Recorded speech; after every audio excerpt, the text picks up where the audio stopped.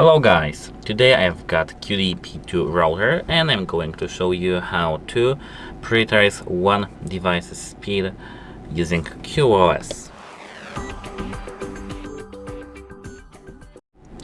So here, as you can see, we've got our control panel, which is on the website Cudy.net.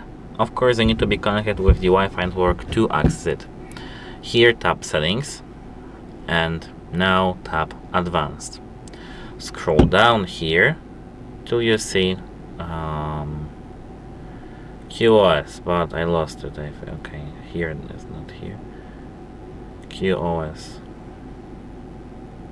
I saw it. Okay, here it is. I saw it a moment ago.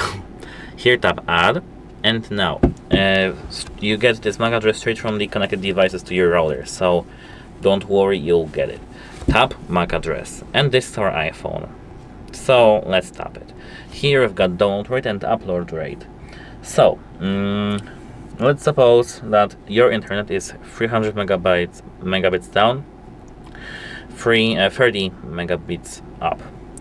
So here you need to set the download rate for yourself, like for example 300, and upload rate 30.